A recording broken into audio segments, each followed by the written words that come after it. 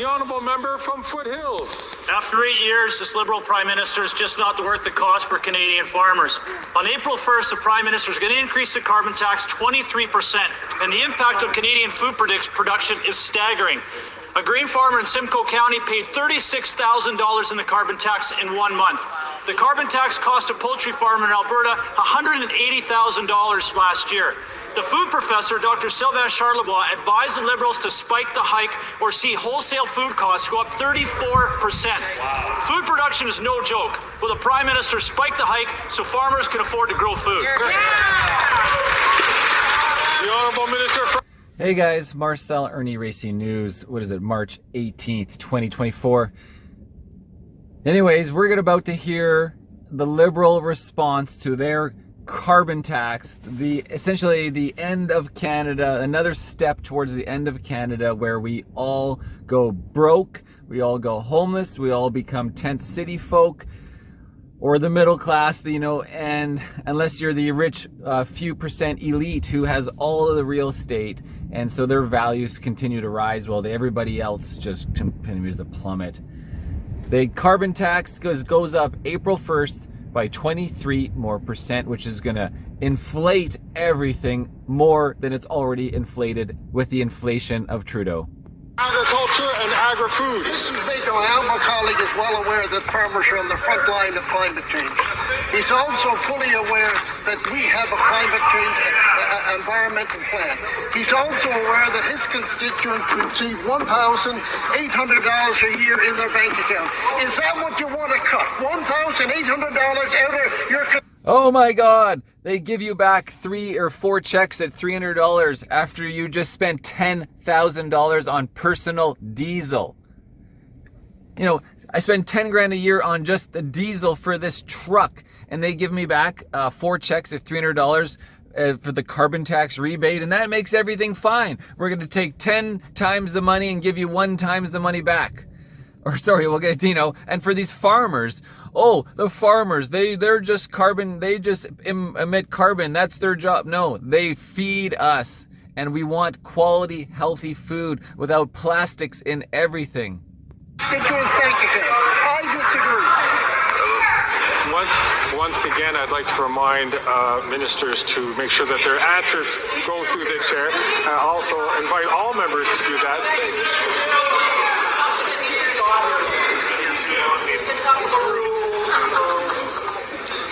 The reason why that's done is so that there is always a sense that there is not personal... For those that don't remember, Greg Fergus, he got caught breaching ethics, right? And then he was removed from his position, or he resigned. I can't remember that deal, but he was influencing, he had a personal request, right, for a business purchase through the government. And so he did his influence, which he's not allowed to do. Tax when members are asking questions or making responses. The honourable member from Foothills.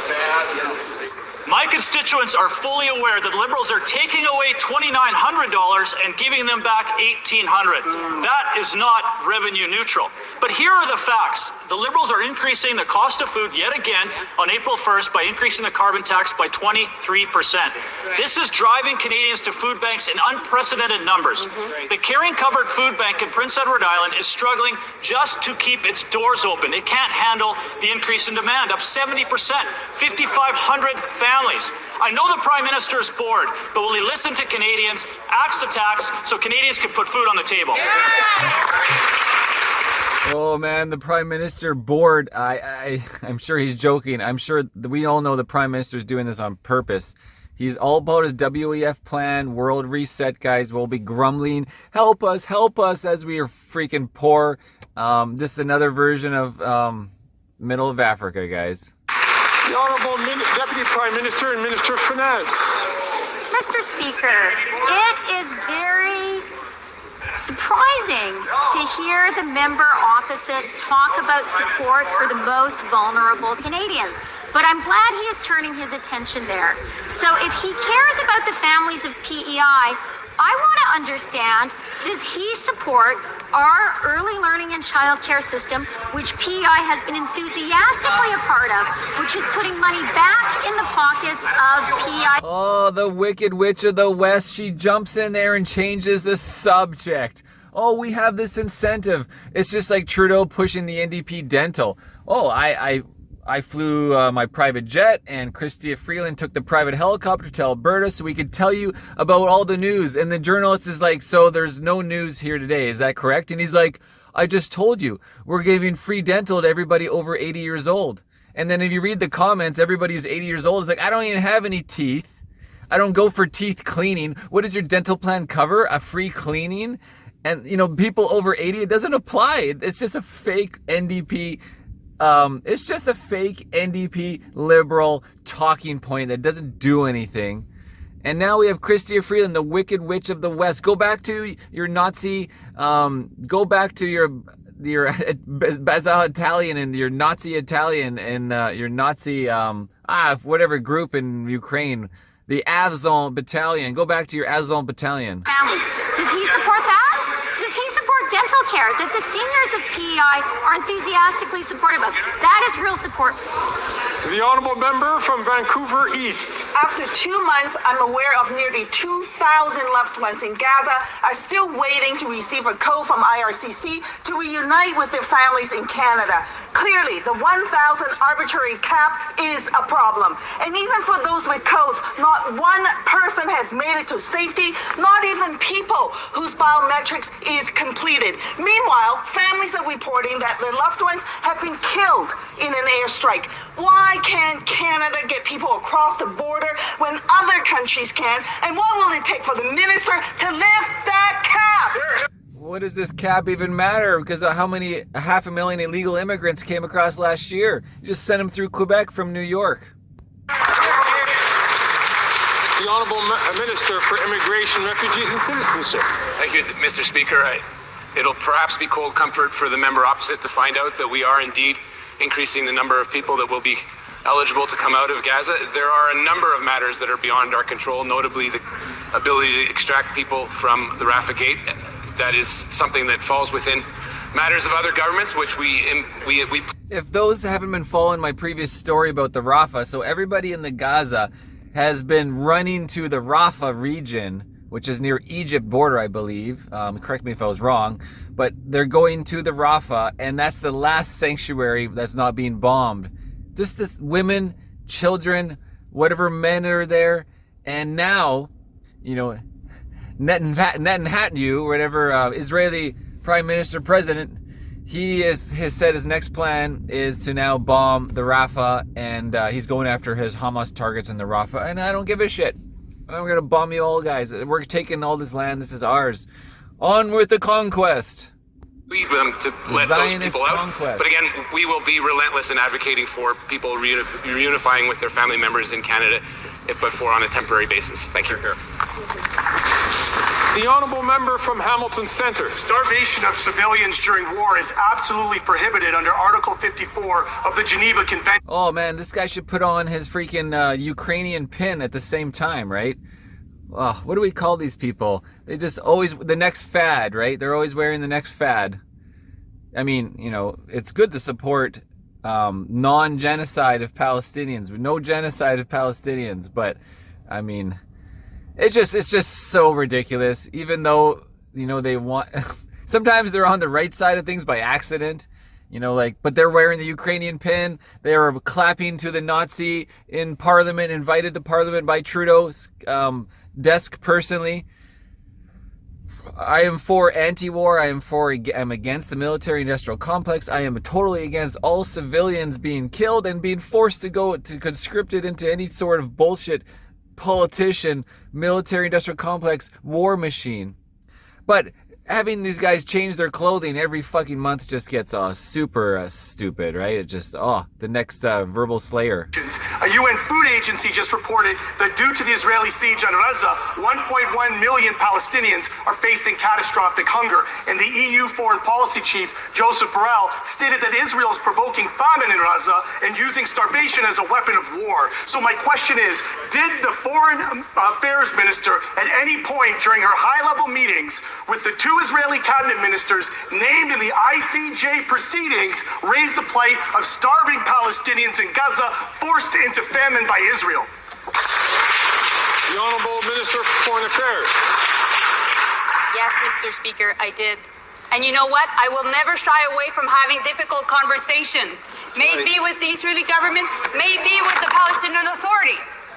And we need to make sure that we will continue to put pressure on Hamas. Here we have Melanie Joly, Minister of Foreign Affairs, guys. So yeah, let's see how her job keeps going here. On Hamas, who is a terrorist organization, to release hostages. We support the discussions that are happening with Qatar, Egypt, the US, to make sure, and of course Israel, to make sure that the hostages are released. And we need to make sure that there's more humanitarian access to Gaza, including the support of UNRWA. Thank you so much. The Honourable Member from Newmarket, Aurora. Mr. Speaker, in recent months, we've heard lots of stories about Canadians with disabilities receiving unacceptable treatment while traveling with Canadian Airlines. Well, if you have unacceptable views, you can't get on a plane or a train or travel by anything because I'm Trudeau. Remember that speech? Canadians with disabilities have the same rights as all of us. They deserve equal access and to be treated with dignity. The Minister of Transport said it best when he said, our airlines need to do a better job for Canadians. So, can he tell us what's happening next? The Honourable Minister of Transport. Mr. Speaker, I want to thank my colleague for his amazing work, and I've been clear. What happened was completely unacceptable. All Kenyans must be treated with dignity and respect, full stop. Airlines have to do better. We all have to do better. And the Minister of Diversity, Inclusion, and Persons with Disability and I want to see action now, which is why I'm announcing an Air Accessibility Summit in Ottawa on May 9th. We have to... Who out there, right in the comments, what do you think of Pablo Rodriguez? Do you remember all the previous bullshit he's been spewing? Oh man, this guy, Pablo. Together to ensure a more accessible, he's trying to kill you. More inclusive Canada. Vaccines. This is about fairness, dignity, and respect. The Honourable Member for Mégantic-L'Érable. After 8 years of this Liberal government, Quebec farmers are feeling the pinch. Tax hikes, inflation, and carbon pricing, which the Bloc would like to radically increase, have led to a general feeling of frustration, according to the president of the Union des Producteurs Agricoles. He says with the rise in interest rates plus the increase in input costs, net farm income is plummeting, and we're talking about virtually zero net income in 2024. Will the Liberal and Bloc MPs listen to the farmers' frustration and vote against the 23% carbon tax hike on April 1st? April 1st. The Deputy Prime Minister, Deputy bitch. Minister of Finance. Mr. Speaker, I hope that the member across the way understands that Quebec, the province of Quebec, has its own carbon price system. This system was established in 2013 under Quebec's jurisdiction.